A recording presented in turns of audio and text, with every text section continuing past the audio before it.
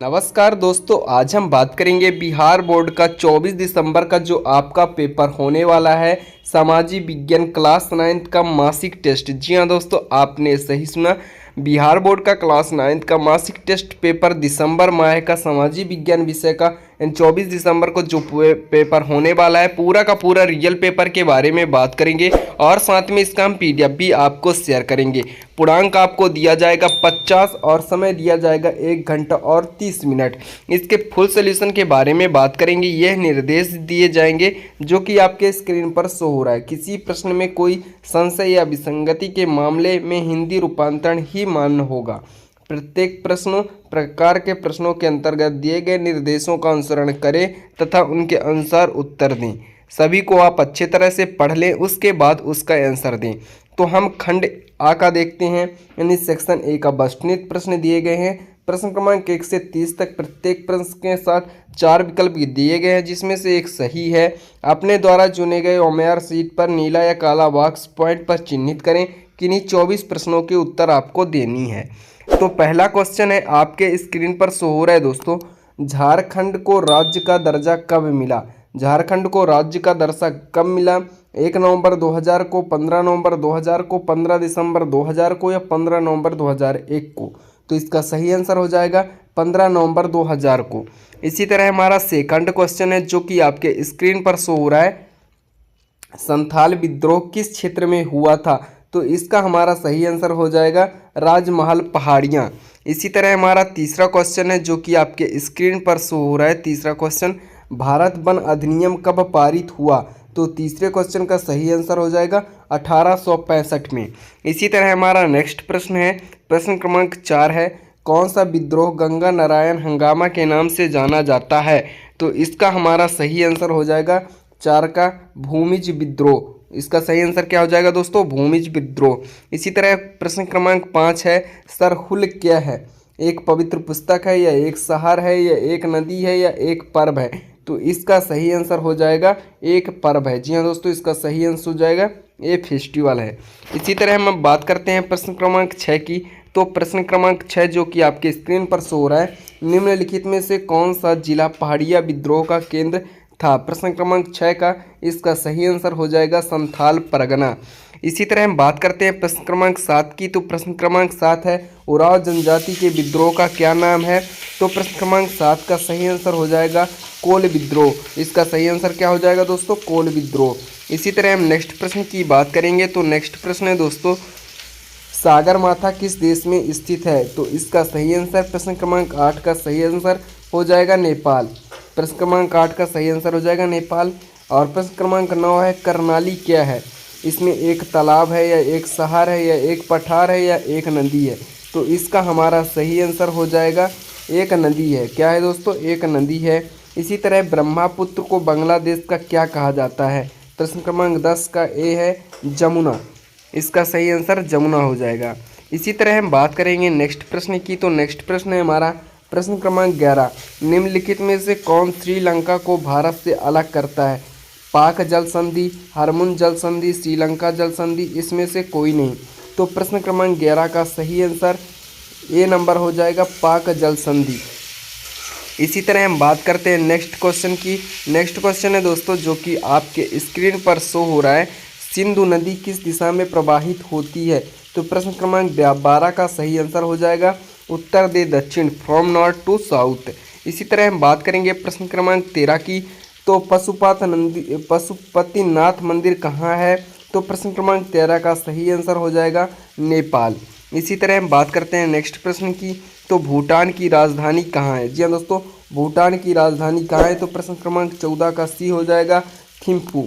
प्रश्न क्रमांक 15 है, पूर्व का मोती है। पूर्व का मोती है। प्रश्न क्रमांक 15 का आंसर हो जाएगा म्यांमार।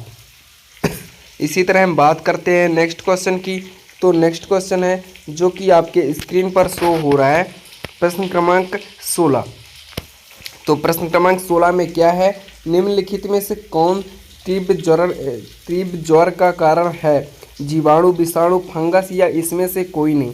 प्रश्न क्रमांक 16 का बी नंबर सही हो जाएगा विषाणु। इसी तरह हम बात करते हैं प्रश्न क्रमांक 17 की।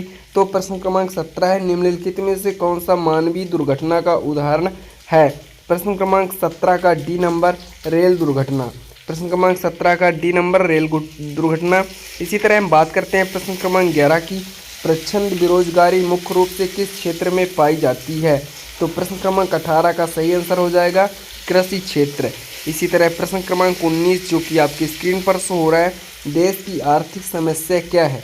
देश की आर्थिक समस्या क्या है? तो गरीबी तथा बेकारी देश के आर्थिक समस्या हैं। क्वेश्चन नंबर 20 की बात करेंगे तो क्वेश्चन नंबर 20 जो कि आपके स्क्रीन पर शो हो रहा है, अत्योदय कार्ड किसके लिए निर्गत किया गया है? तो प्रश्न क्रमांक 20 का सही आंसर हो जाएगा निर्धनों के लिए, बी नंबर इसका सही आंसर हो जाएगा। प्रश्न क्रमांक 21 की बात करेंगे तो प्रश्न क्रमांक 21 है, शीतकालीन फसल किसे कहते हैं?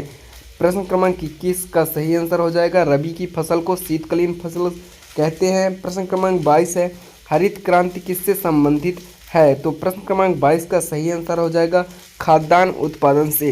प्रश्न क्रमांक 23 है जो कि आपके स्क्रीन पर शो हो रहा है, मुख्य चुनाव आयोग आयुक्त का नियुक्त कौन करता है? तो क्वेश्चन नंबर 23 का सही आंसर हो जाएगा राष्ट्रपति। इसी तरह हम बात करेंगे प्रश्न क्रमांक 24 की, तो प्रश्न क्रमांक 24 है, चुनाव चिन्ह का कौन आवंटित करता है? चुनाव चिन्ह कौन आवंटित करता है? तो चुनाव आयोग करता है। इसी तरह 24 नंबर तक आपको आंसर देना है। अगर आपको और आंसर चाहिए तो इसको वीडियो में बता दे रहा हूँ, कोई दिक्कत नहीं है। प्रश्न क्रमांक 25 है, पिछड़ी जाति आयोग का गठन कब हुआ? तो प्रश्न क्रमांक 25 का सही आंसर हो जाएगा 1979। प्रश्न क्रमांक 26 की बात करेंगे तो भारत में मतदान की न्यूनतम आयु कितनी है? तो प्रश्न क्रमांक 26 का बी नंबर सही होगा 18 वर्ष।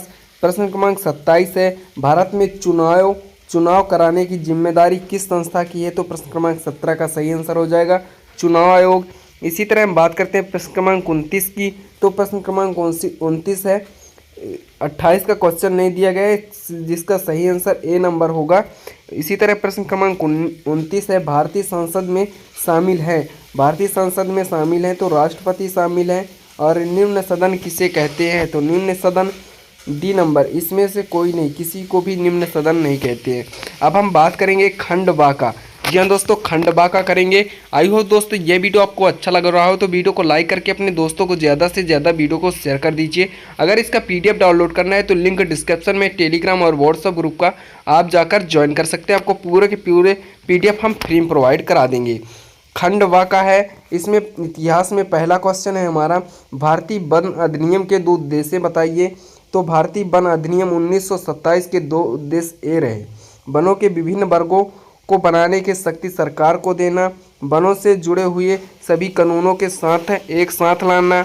और राजनीति विज्ञान का है ये, मतदाता सूची से आप क्या समझते हैं? तो यह मतदाता सूची का उत्तर दिया गया, आप इसका स्क्रीनशॉट कर सकते हैं या हमारे टेलीग्राम या व्हाट्सएप ग्रुप पर आप जुड़ सकते हैं। चुनाव के कुछ महीने पहले हर निर्वाचन क्षेत्र के मतदाताओं की एक लिस्ट बनाई जाती है जिसे मतदाता सूची या वोटर लिस्ट कहते हैं। वोटर लिस्ट समय समय पर संशोधन होता रहता है ताकि यह नए मतदाताओं को शामिल कर सके और मृत लोगों को नाम हटा सके। अर्थशास्त्र का यह क्वेश्चन है, बफर स्टॉक क्या है? तो इसका सही आंसर ये रहा आपके स्क्रीन पर, भविष्य में होने वाली किसी वस्तु के कमी को पूरा करने के लिए वस्तु का भंडार तैयार करना बफर स्टॉक कहलाता है। किसी व्यापारिक संस्थान या सरकार किसी वस्तु के कीमत होने पर उतार चढ़ाव सीमित करने के वस्तु का भंडारण किया जाता है। प्रश्न क्रमांक भूगोल से है ये, 2 आब का क्या अर्थ है? तो 2 आब का यह है, वीडियो बहुत लेंदी हो जाएगा, मैं आपको पढ़ के बताऊंगा। तो और इसी तरह आपदा प्रबंधन का क्वेश्चन है जो कि आपके स्क्रीन पर शो हो रहा है। आपदा प्रबंधन का क्वेश्चन, प्राकृतिक आपदा के 2 उदाहरण भूकंप और बाढ़ हैं। और दीर्घ उत्तरी प्रश्न यानी 5 नंबर के प्रश्न हैं। यह रहा इतिहास का पहला क्वेश्चन, तिलक मांझी कौन थे? उन्हें आदिवासी क्षेत्र में क्या किया? यह पूरा का पूरा उसका आंसर रहा। यह राजनीति विज्ञान का, राष्ट्रपति के मुख्य अधिकारों का वर्णन कीजिए, यह पूरे के पूरे उनके अधिकारों का वर्णन है। इसी तरह ये अर्थशास्त्र का रहा दोस्तों, भारतीय कृषि में पिछड़ेपन के कारणों का वर्णन कीजिए, यह रहा पूरा दीर्घ उत्तरी प्रश्न। और भूगोल में रहा पाकिस्तान के जलवायु को विशेषताओं का वर्णन कीजिए। पाकिस्तान के जलवायु का विशेषताओं का वर्णन यह रहा आपके स्क्रीन पर। आई होप दोस्तों यह वीडियो आपको अच्छा लगा हो। अगर चैनल पर नए हो तो चैनल को फटाफट सब्सक्राइब करके बेल आइकन का बटन जरूर प्रेस कर लीजिए। जैसे मैं कोई नया वीडियो अपलोड करूँ तो आपको नोटिफिकेशन सबसे पहले प्राप्त हो। मिलते किसी नए टॉपिक के साथ इंटरेस्टिंग वीडियो में, जब तक के लिए बाय।